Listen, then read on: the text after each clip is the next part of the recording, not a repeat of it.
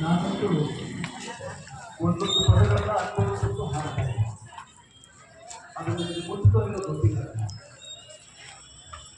ಮುಟ್ಟಿದ್ರೆ ಚಪ್ಪಾಳೆ ಕೊಡ್ತಿದ್ರೆ ಮುಟ್ಟಿದೆ ಅಂತ ಹೇಳ್ತೇನೆ. ಯಾಕೆಂದರೆ ಹಾಡು ಕೇವಲ ಹಾಡಲ್ಲ. ಈ ಎಲ್ಲ ಕಾರ್ಯಕ್ರಮದಲ್ಲಿ ಬೇರೆ ಬೇರೆ ಥರ ಹಾಡುಗಳನ್ನು ಹಾಡಬಹುದು. ಆದರೆ ದೇವರು ಒಂದೇ ಒಂದಿಷ್ಟು ಒಳ್ಳೆಯದನ್ನ ಕೇಳಬೇಕು ಅನ್ನೋ ಮನಸ್ಥಿತಿ ಇರಬೇಕು ಅಂತ ನಾನಾದರೂ ಭಾವಿಸ್ತೇನೆ.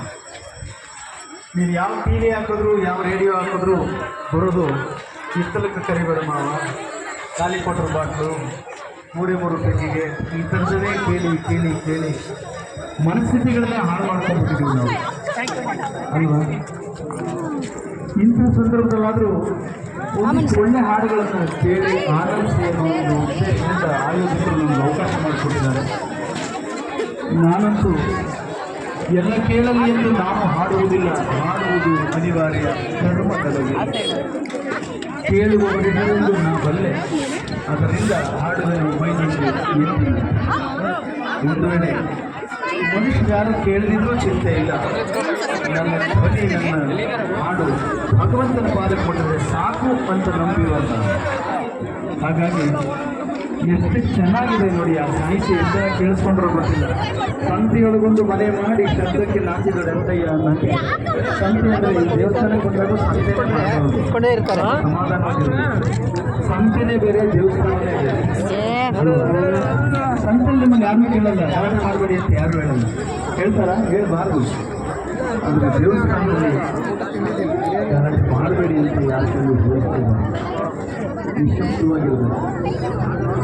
ನಿಶಬ್ದ ಇದ್ದಲ್ಲಿ ದೇವರು ಇರ್ತಾನೆ. ಶಬ್ದ ಜಾಸ್ತಿ ಮಾಡ್ತಿದ್ದಂಗೆ ಅವನಿಗೂ ಸಹಿಸ್ಕೊಳ್ಳೋಕ್ಕಾಗಲ್ಲ. ಎಷ್ಟು ಚೆನ್ನಾಗಿದೆ ಇಲ್ಲ? ಬೇವು ಬಿತ್ತಿ ಮಾವು ಬೆಳೆಯುವ ಚಮಕ ಬೇಡ. ಬೇವು ಬಿಟ್ಬಿಟ್ಟು ಮಾವು ಕೊಡೋದ್ರಿಂದ ಬೇವು ಬಿತ್ತರೆ ಬೇರೆ ಬರೋದು.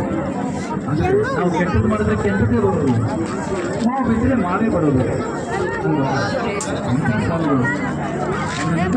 ಇನ್ನೂ ಮುಂದುವರೆದು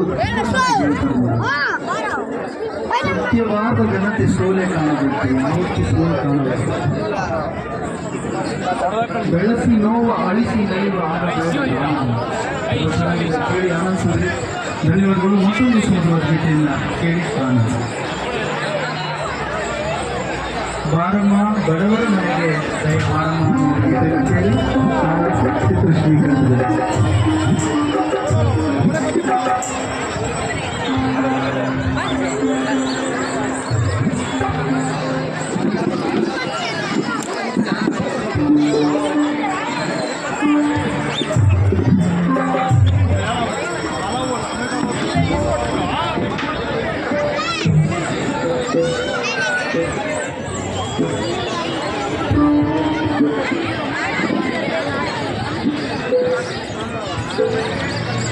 बैठो जा।